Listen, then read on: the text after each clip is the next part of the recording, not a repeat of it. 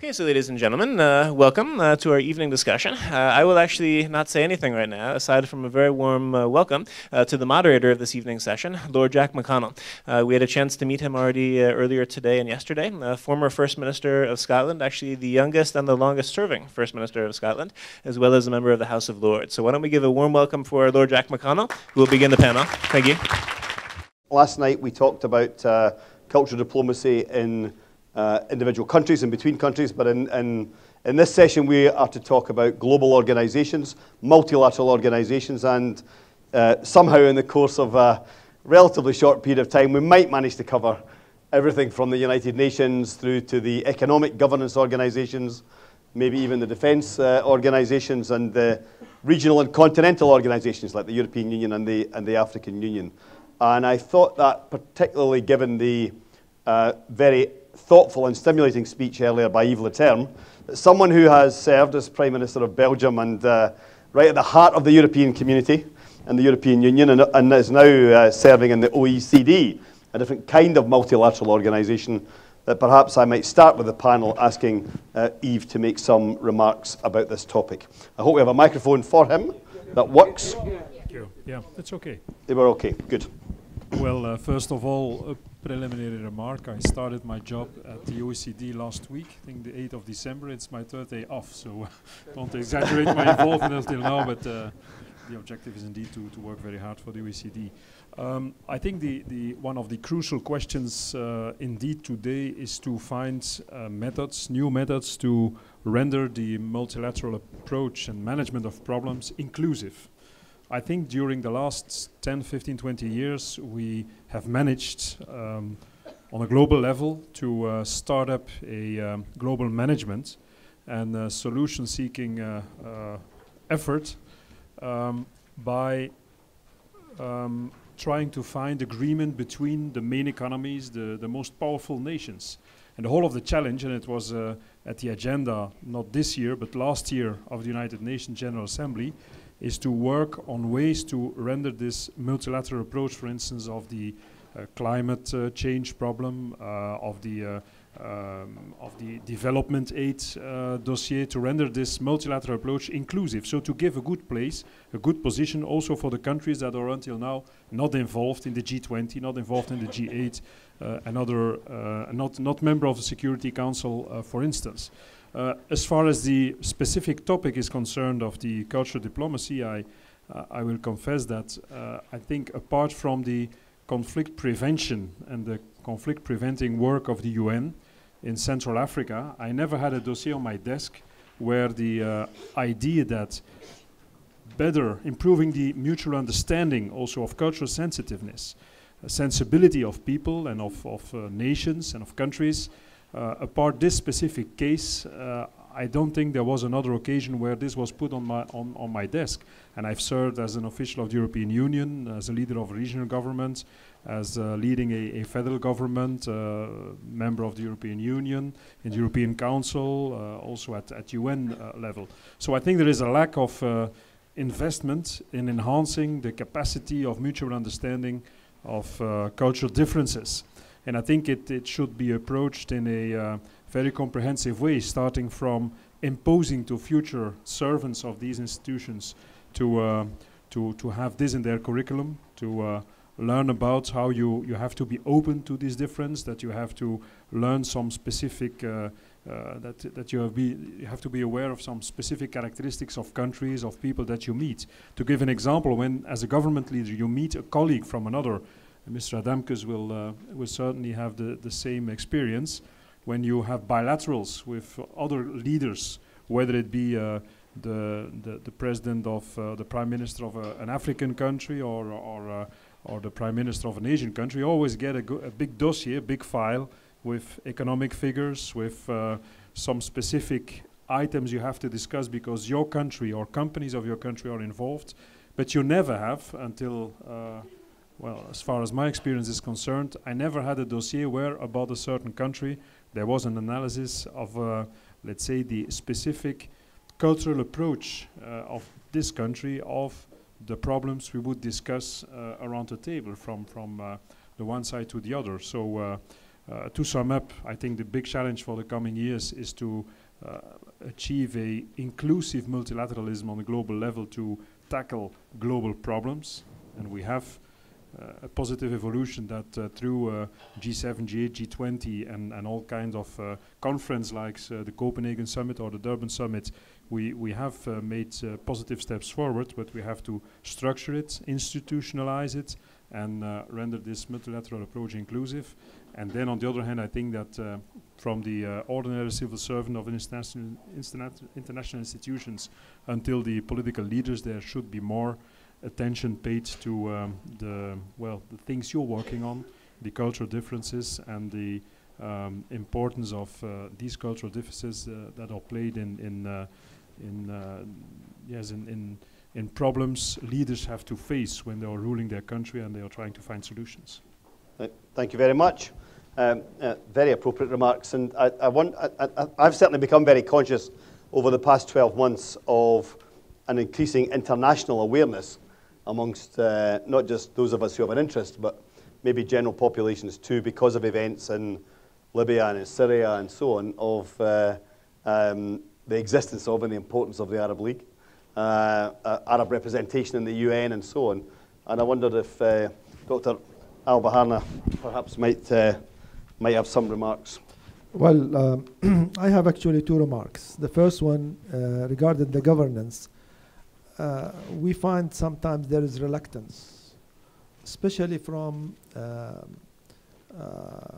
let's say forceful countries, to have better distribution or better involvement of all the other countries. I cite two examples. The first example, which is when the Human Rights Council was established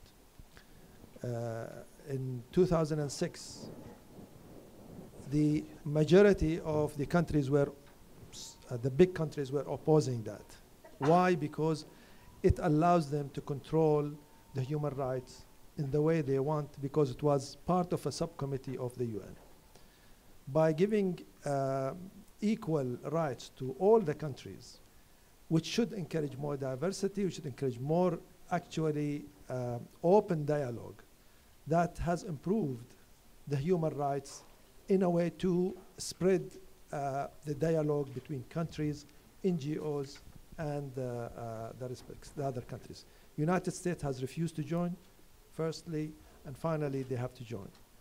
And I think in culture-wise, we have to understand that there is a need for understanding the other smaller countries, not because of their size, but because we should encourage diversity, we should encourage more sort of dialogue between these two countries. Now, if we go into the Arab League is actually a fragmented, unfortunately, is a fragmented sort of league. It has, so far, it has shown no real decision in taking all the conflicts that has happened in the all Arab world. If we take back from the start of, in the 60s, when Qasim of Iraq wanted to invade Kuwait, they have actually failed to intervene and do anything. And the story continues on and on and on. Lately now we find that, okay, there is some sort of dialogue that could create that consensus between the Arab League, although not to the way that it should be. Finally, if I say, for example, if you take also the General Assembly in the UN, you will find that also that there is clusters of powers there. So we find that the European Union, they will probably vote together. The Arab League most probably will vote together. The African Union will vote together, etc. I think what should we encourage an open discussion so that we could have more involvement of countries that could contribute also to the right decision. I stop here. Thank you. Thank you very much. I think we also need to try and make sure that we reflect other parts of the world that are not represented on the panel, and I'm going to work my way around to that in due course. Does anybody have any? I think they're sort of keen to get some constant interaction here rather than just go around the panel all evening. So, are there any initial questions or comments from amongst the students and representatives here before we go to any other panel members? Behind you, there's one.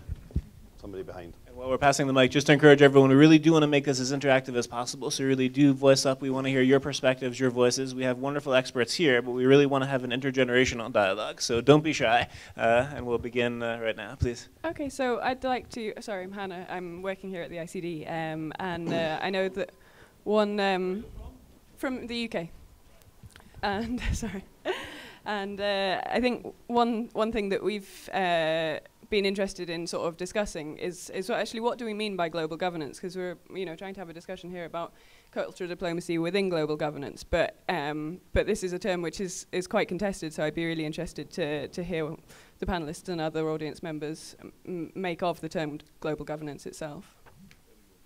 Okay. Can we take another couple of comments and then we'll come back to members of the panel? From Kosovo.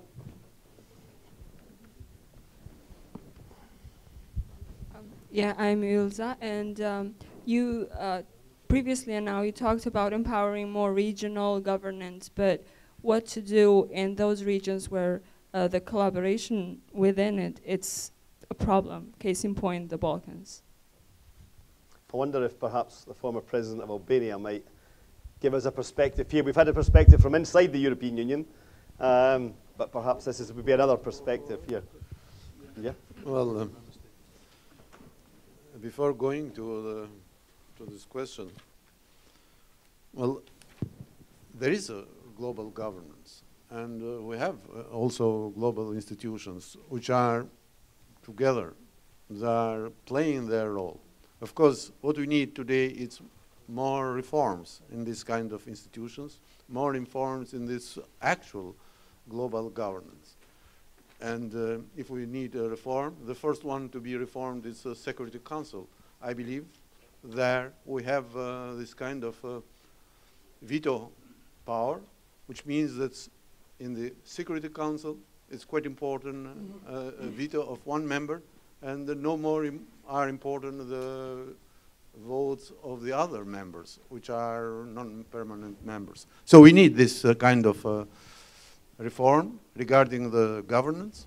It's not only in this level.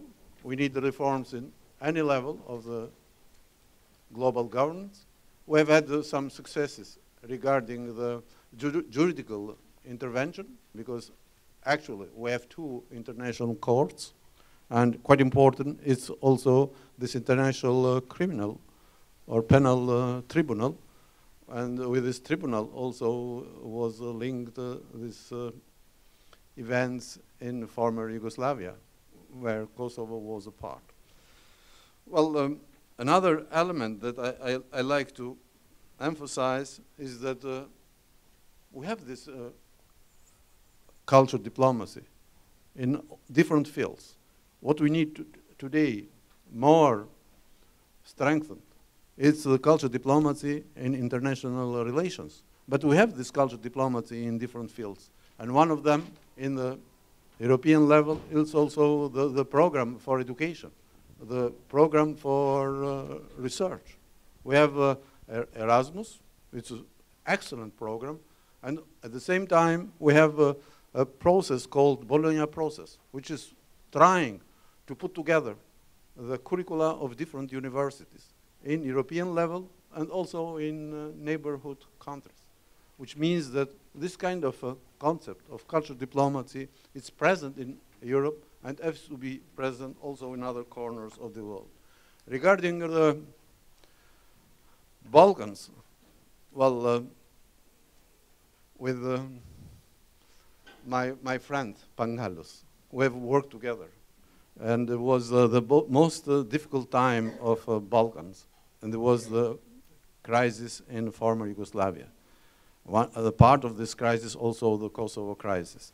And if we look behind us, what was the situation 10 years ago, or maybe 15 years ago, and what we see today, how people are working together, how people are communicating, how people are moving through the region. I can say that, well, the cultural diplomacy through different instruments, being cultural instruments, being political instruments, being economic instruments, with two pillars, European integration and NATO integration, this culture diplomacy has changed our region, and I believe we see this big change. Thank you. One or two people have indicated they want to speak, but I wonder on that particular point about Erasmus, if there's a student here who's benefited from one of those programs who would like to comment on whether or not it was a real benefit and whether there should be more of it. Well, Tim, does that include you? It does include me. Excellent, good, go. So shall I do both or just one? Or? We'll start off on Erasmus and then say what you were going to say anyway. Okay. Yeah, so I'm Tom. I'm from the UK, from England specifically. And I did my Erasmus here in Germany in Darmstadt, which is near Frankfurt Main, for those of you who don't know it. And I'm not from an international family. I'm, born and bred in north of England, which is a brilliant thing in itself. But Erasmus presented to me, as someone who'd only learnt German for 2 years before I went on it, a real chance to really engage with the culture. I mean, I studied German history, so I knew sort of the higher echelons of German culture, but I had no real knowledge of the basics, of the grounding. And I found Erasmus a fantastic opportunity to engage with another culture.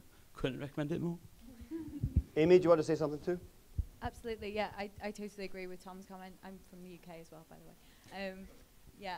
Also from the north, very, very good. I totally agree with Tom. Erasmus for me was a unique opportunity to be educated in a country that I wouldn't have been able to be exposed to for such a long time. France was where I went. I went to Paris for a year. But equally, I think my concern is more, when we talk about Erasmus, we're talking about cultural exchange within one regional or global governance. So this is really acknowledging that there are different cultures within that one global governance. But then when we talk about cultural diplomacy driven by global governing actors, are we still recognizing the fact that there are still individual cultures within that region, or are we then trying to export a regional culture, so an EU culture, outside of the geographical region?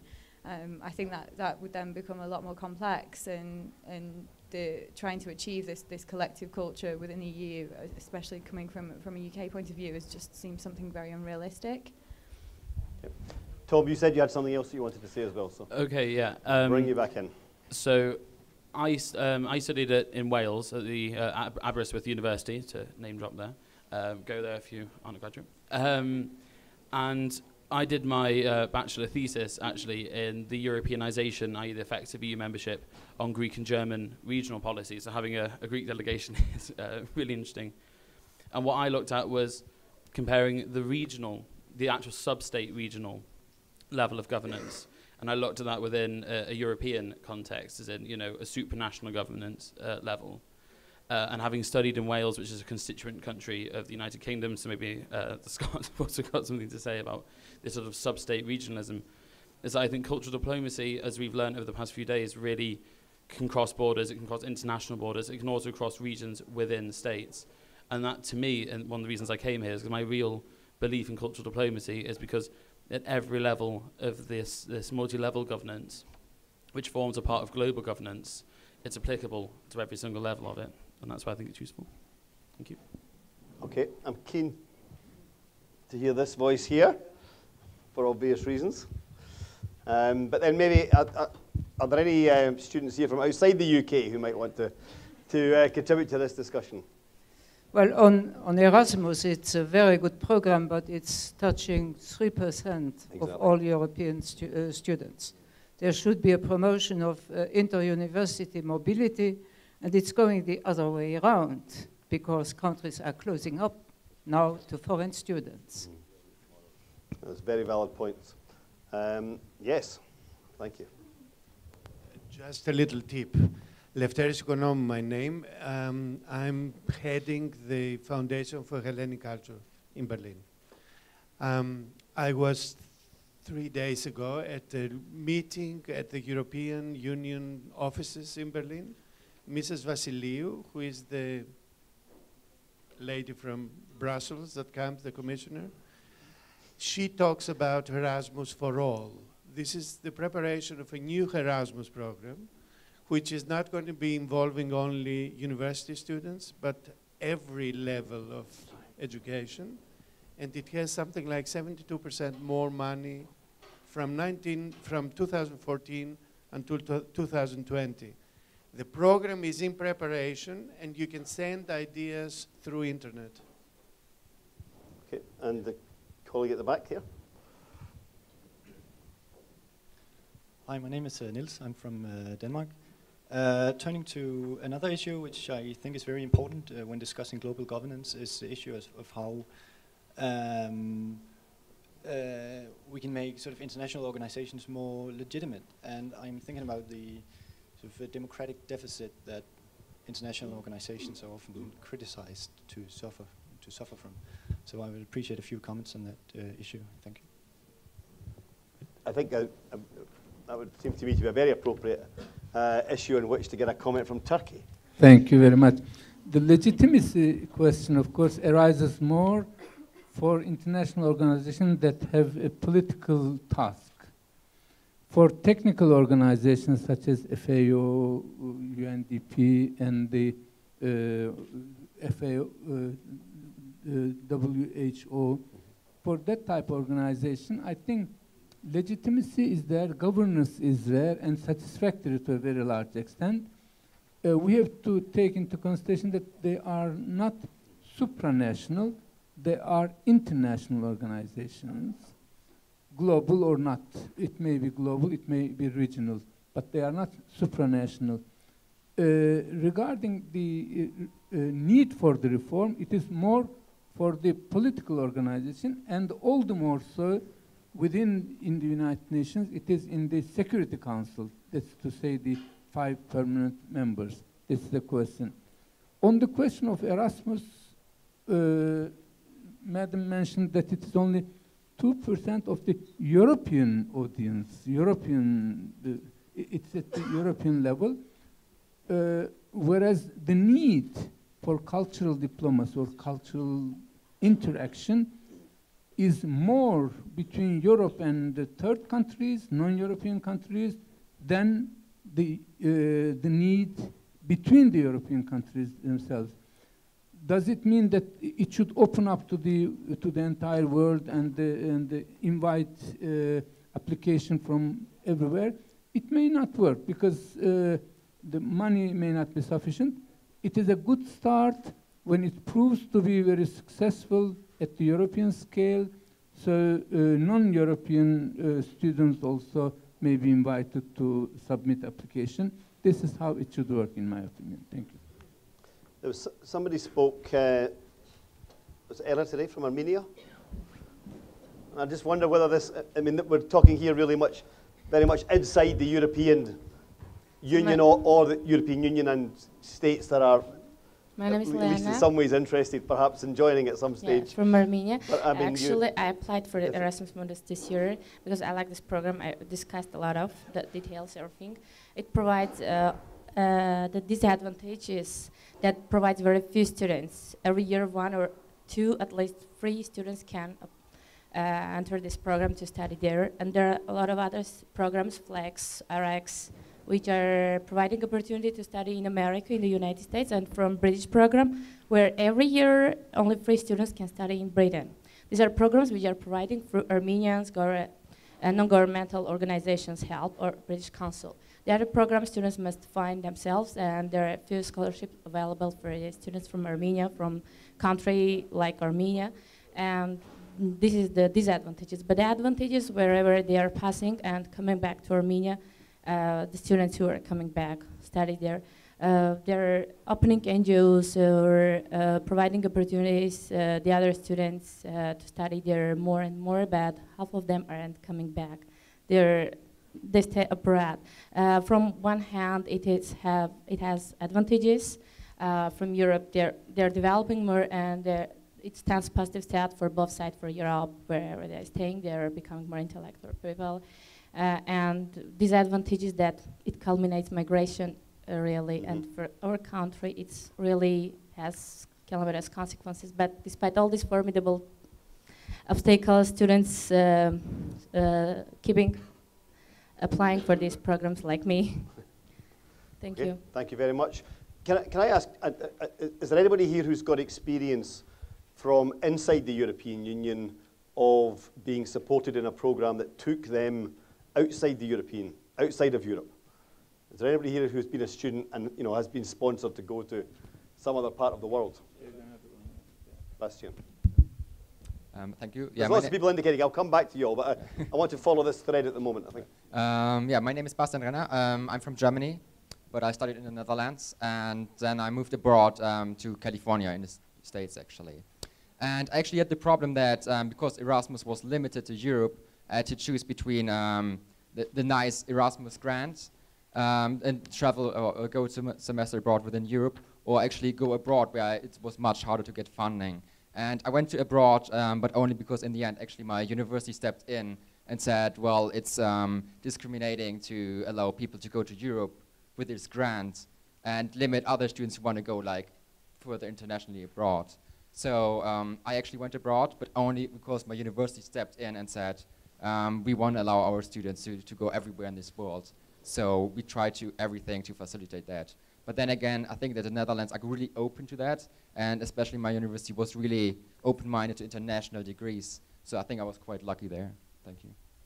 I know this is not directly on global governance, but it is about it is a bit about what global governance organisations do with their money and how they, how do they sponsor some of these activities. So let's. I can tell you another. Here we go. Only yeah. So okay, I can spot that there are 7 or 8 people with their hands up. Don't worry. Yeah. I'm going to get round to everybody in due course.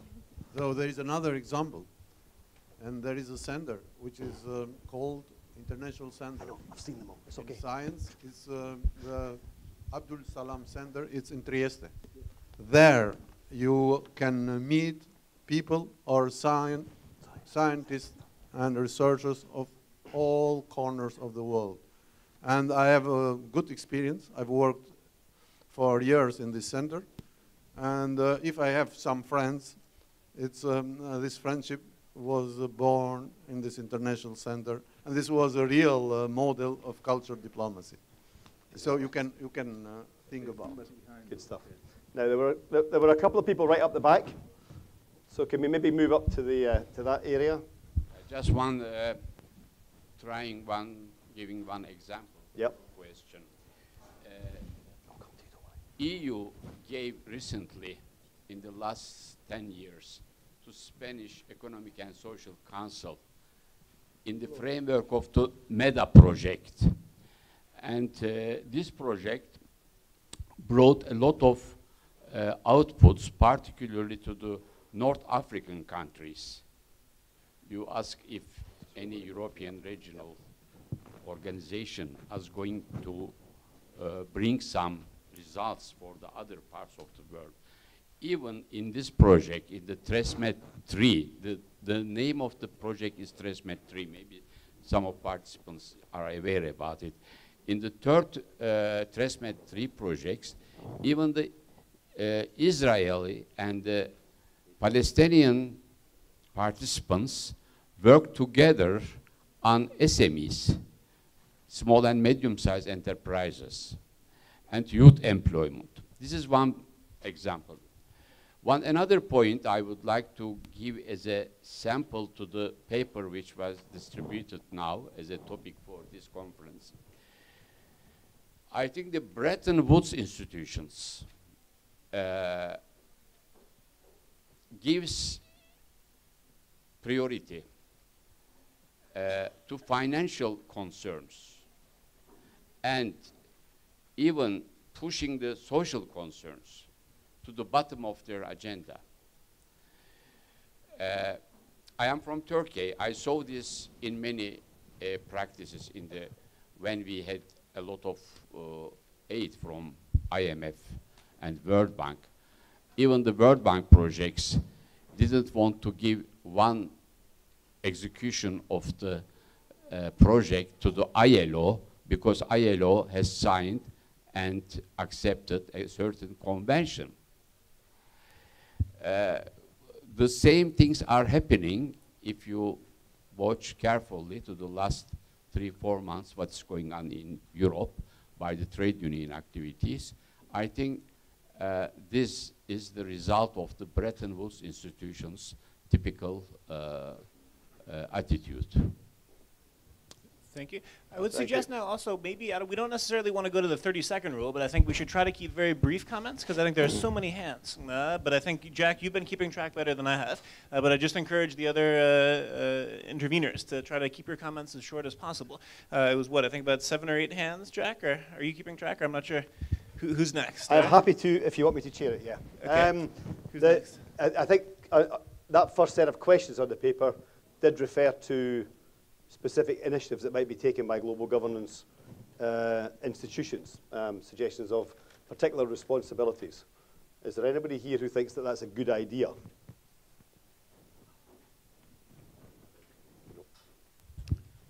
Well, maybe I could offer some of the thoughts about the idea of global governments from the security and defense viewpoint.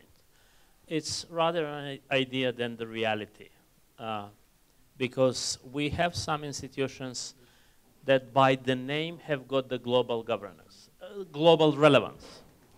I'm suggesting United Nations, for example, who have got the concept of global security. But in practice, we have got some regional organizations that have got the global reach. I'm speaking about the NATO concept of collective security.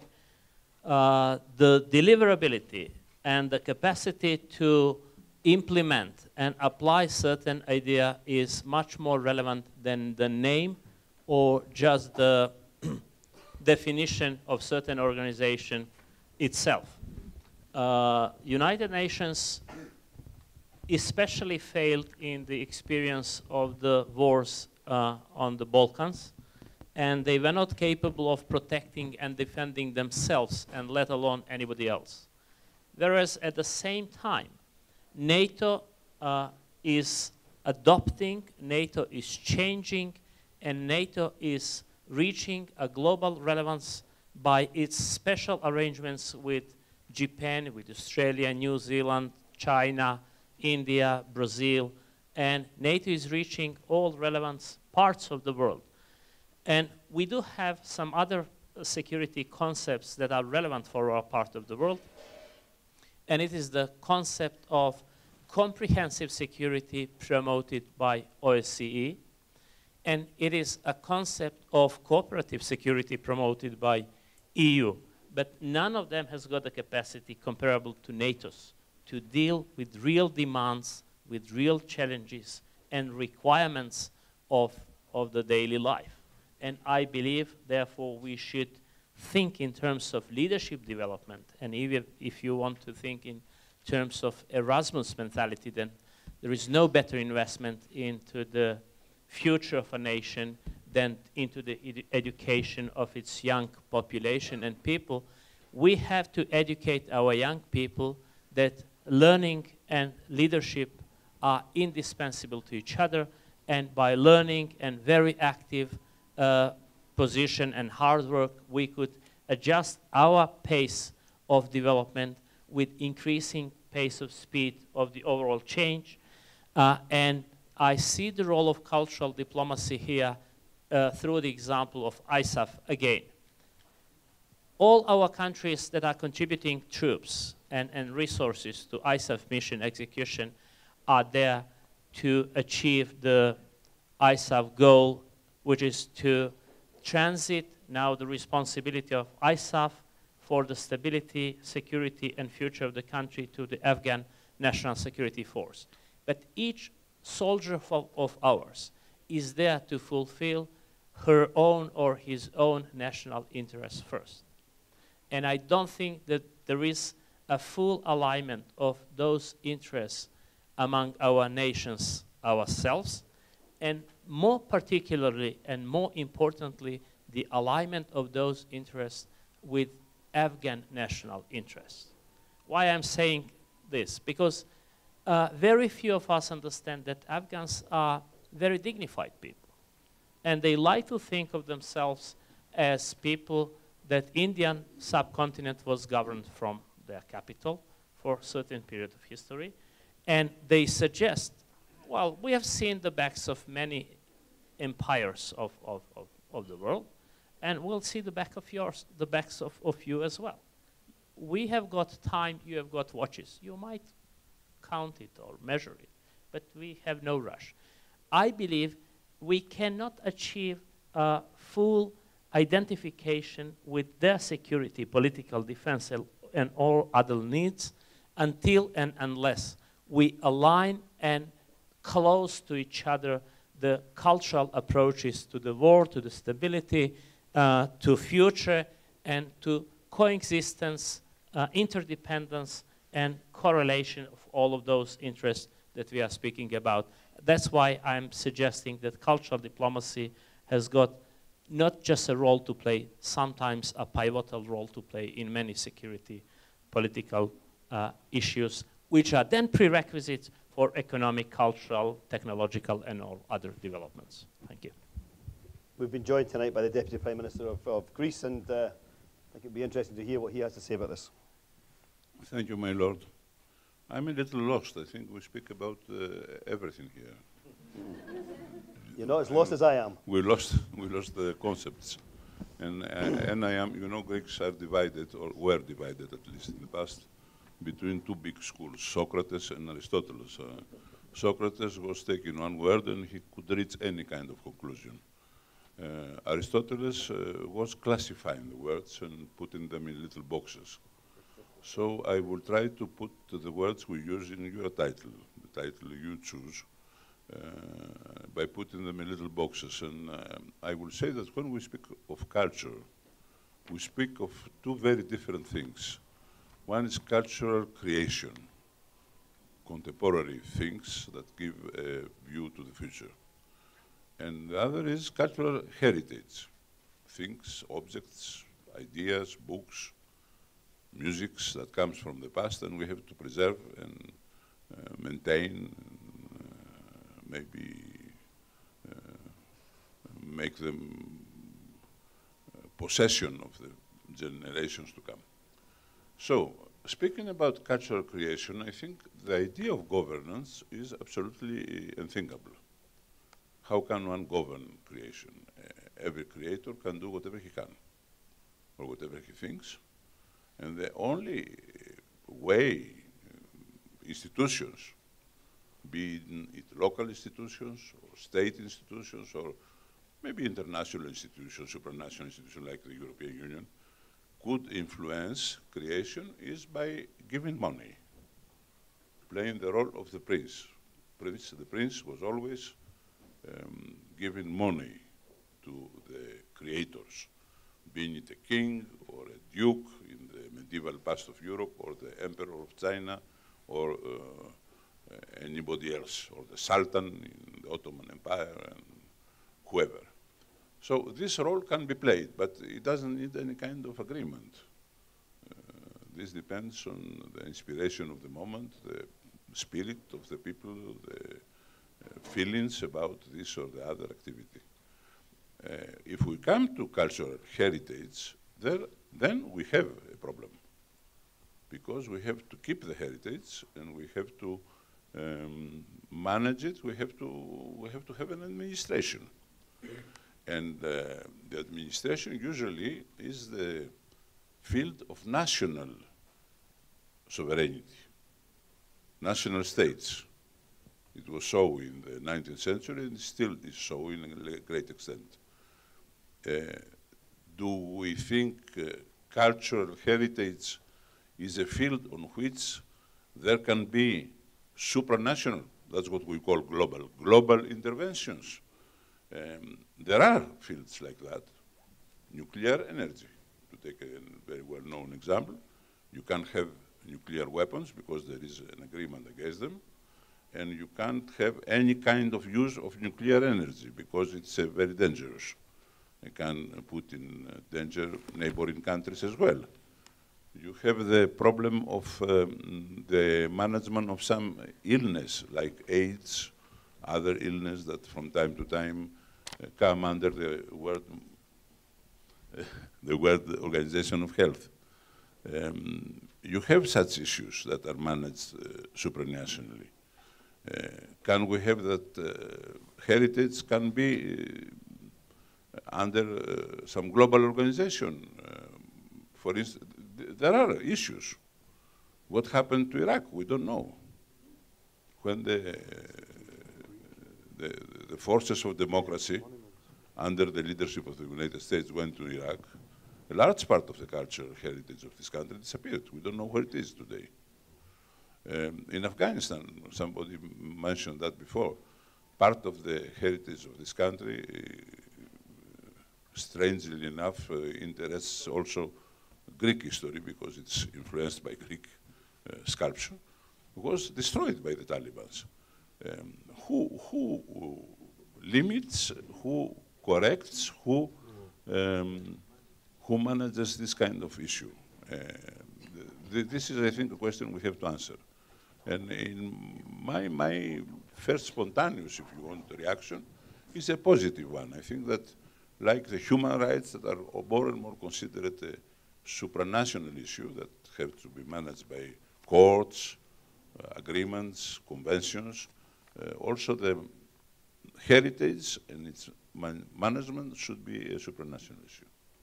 Thank you very much. Okay.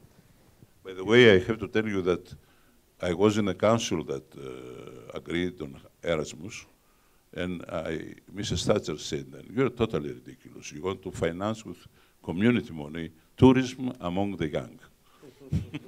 Well, if there was ever a good reason for people to know more about the rest of the world and understand it better, it was Mrs. Thatcher.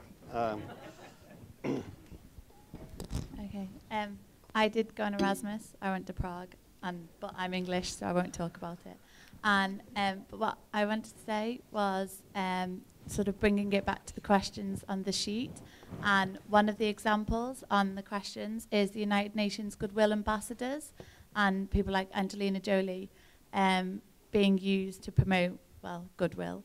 And I wondered if you thought that there was a case of bad culture as well as good culture, because some would see it using the celebrity status, which some people see as negative, even though it's to do a good thing. So I just wondered what people thought.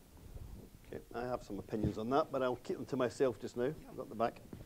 Hello, my name is Julia. I come from Russia. I have a really brief remark about Erasmus. I couldn't help but mention that when we speak about Erasmus, we think that it's a program within European Union, but actually in 2008 it was launched between European Union and Russia, and I was in the first mobility flow. It was also organized in all levels. I think now there is an idea to make it same in European Union. It was undergraduate, postgraduate for professors, PhD students. The scholarship was €1,000 a month, so I think it's a really incredible sum even for European students. And I was lucky to spend 10 months in Göttingen. It's a student town in the center of Germany. And I can say that it was really a tremendous impact on our minds. I study law, and it was really, that's why I'm actually again here. I study master at Humboldt University now. And that's why I'm here today in the ICD Institute. Thank you. There was somebody over here. Was it you? Yeah. It was you, yes. Sorry, the seats moved around there and I got a bit... I'm Marina and I'm from Bulgaria.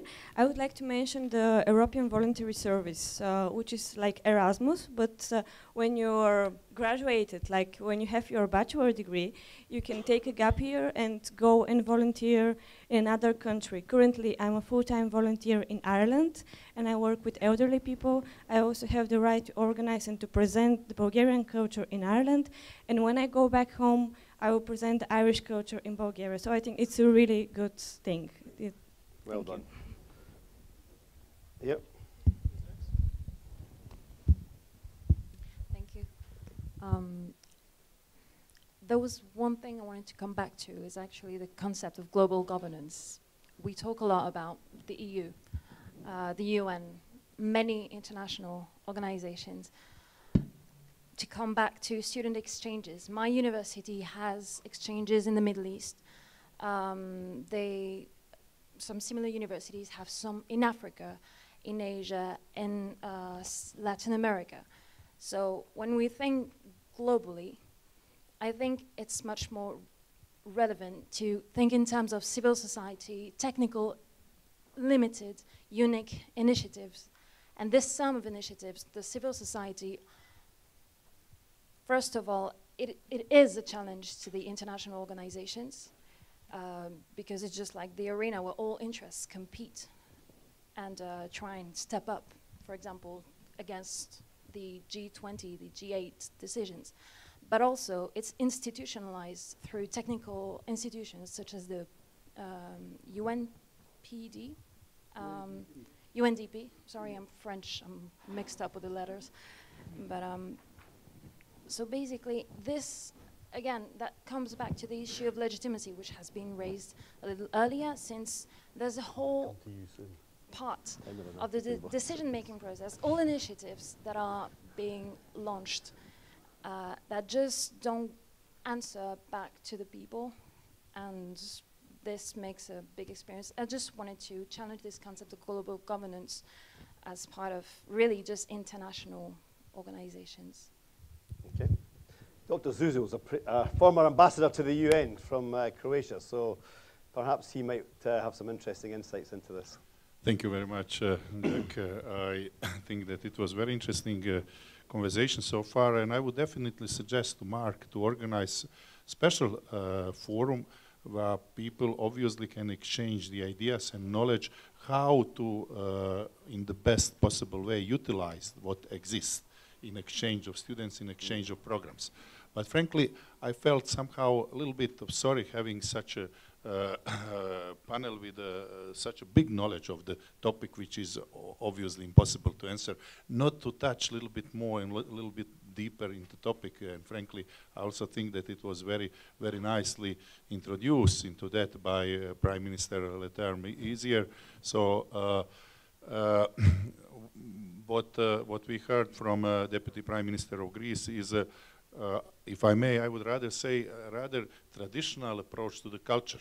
I think that when we are talking about cultural diplomacy, we are talking also about a little bit different concept of the culture, without ignoring that even if we want to use the Aristotelian terms, I think that the box needs to be a little bit larger, a little bit broader, and a little bit more inclusive. And a real question for me, because obviously cultural diplomacy already exists as a term. We discuss about that. Some students are studying here on Mark's and my pleasure, and it is present. Some people are from the culture are entering in the field of diplomacy. It's much less often that people from diplomacy are entering into field of the culture. But what I see as a challenging in this title is no global institutions are really taking cultural diplomacy as the base of any kind of governance. That's at least my experience. And is it possible to do it different? Is it feasible at all to have different approach when you have a concept which is impossible to define very precisely? We can combine it, and I definitely agree with what Mr. Cikotić said earlier. When you have existing and functioning concept, how cultural diplomacy can improve that? Because I think all of us who worked on any side of that line, being either exposed to international mission, being organizer or being receiver, I think that we all have a feeling that the problem with those missions is the lack of cultural diplomacy. Or if you want me to say it in a little bit more understandable words, lack of understanding of the differences between different, whatever, nation, groups, cultures. And I think that that is the role of cultural diplomacy. Thanks. Okay, I'm going to ask Esperance from Rwanda, because we haven't had an African voice in this discussion yet. We're talking very European, so would you like to comment from a completely different global perspective, really? Okay. Closer to your mouth. Yeah. Okay. It's okay.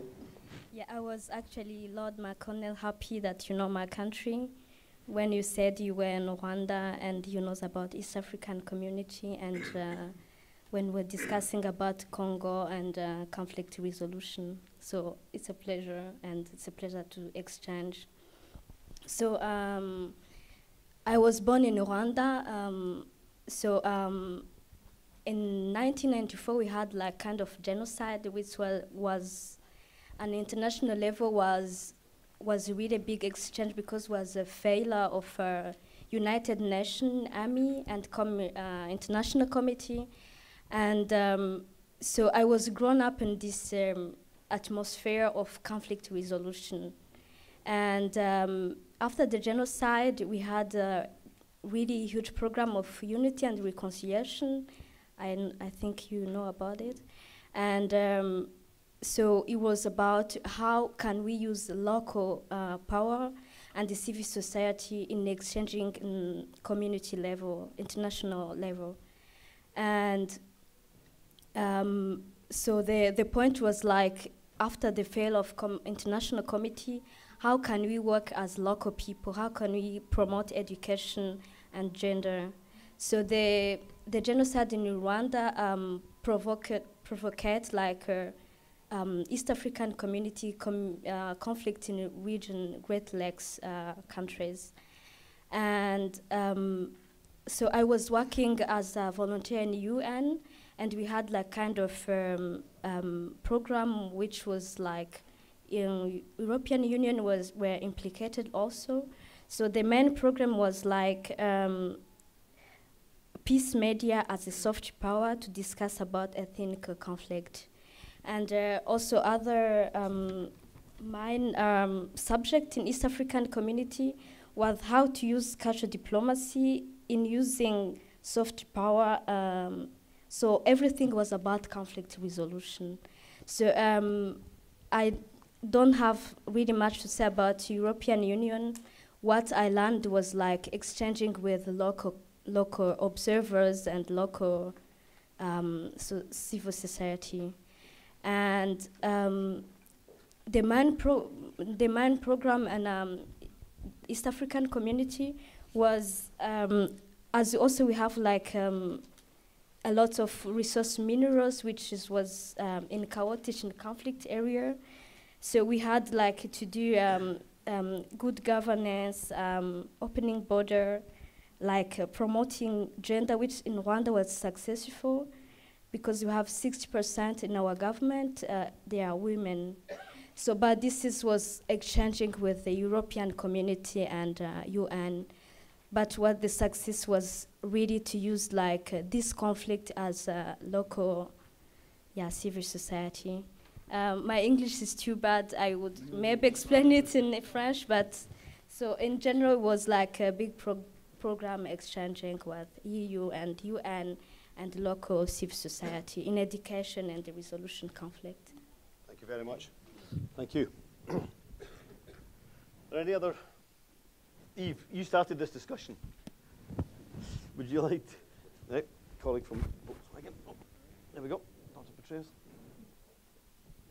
Thank you very much. I joined this discussion with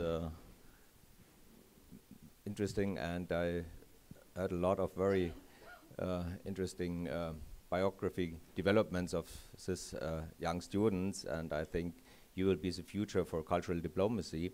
On the other side, I heard a lot of deficits of global institutions and all these things, but I have listened also now since I think 1 hour, and it seems to be that cultural diplomacy happens without any economic reasons and without companies and all these things. So I think it's necessary, when we are discussing about cultural diplomacy with all these different aspects, it's necessary to try to identify who will be the main driver for cultural diplomacy. And I think it's not enough to see only what kind of politicians and the political society be involved in these activities. They are very important, but I think it's also very necessary to see what happens, for example, with the civil society. I think it was mentioned by younger students earlier, and I think it's also necessary to see what can be the contribution from companies and also what can be the interest of companies to be involved in all these fields, because, for example, it's from us, let's say, very important that we have a stabilized framework on a globalized level.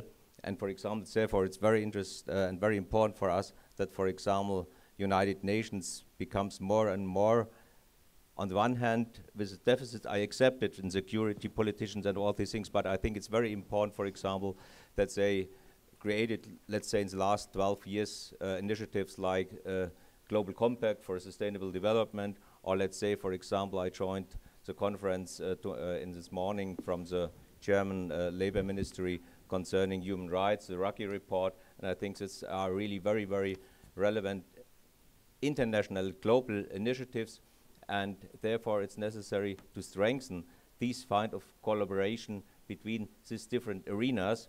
And therefore, sometimes I had the feeling here in the last 1 hour, politicians are discussing only in an inner circle, and therefore it's for me so important to break inside these circles and try to bring up new actor constellations, not only by politicians, but also by civil society, by other actors, by the companies, the business sector as well, because when we are facing really global challenges, let's say global warming, let's say resource scarcity, it's not an opportunity only for solving this by one arena. It's only possible to find a large agenda combining the collaboration with all these actors, and especially I think companies like ours are really deeply interesting to have a framework and to have an engagement of younger guys inside of this broad field, what we are naming with cultural diplomacy, knowing that this is not a very precise definition, but it's it's describing a field of activity of necessity, and therefore I think it's necessary to bring these things together and not only to concentrate it on one field of action, as I heard, let's say, sometimes in the last hour. Thank you. Okay. Neil at the back, then guy here, and then the guy behind the camera. Great, thanks a lot. Hi, once again, I'm Neil Rosendorf, international relations historian from the United States. I'll keep it simple there.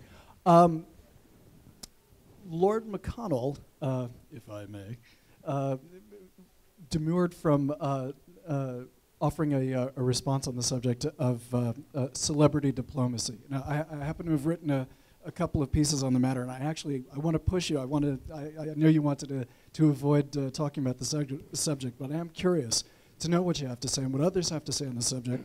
I've written a few pieces on it myself. Among other things, I reviewed Andrew Cooper's book called Celebrity Diplomacy, which came out a couple of years ago.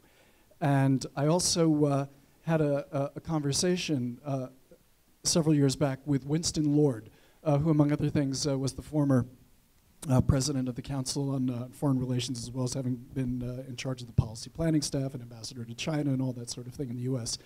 And I asked him specifically at that time about Angelina Jolie, since her name was, I think it was raised over here.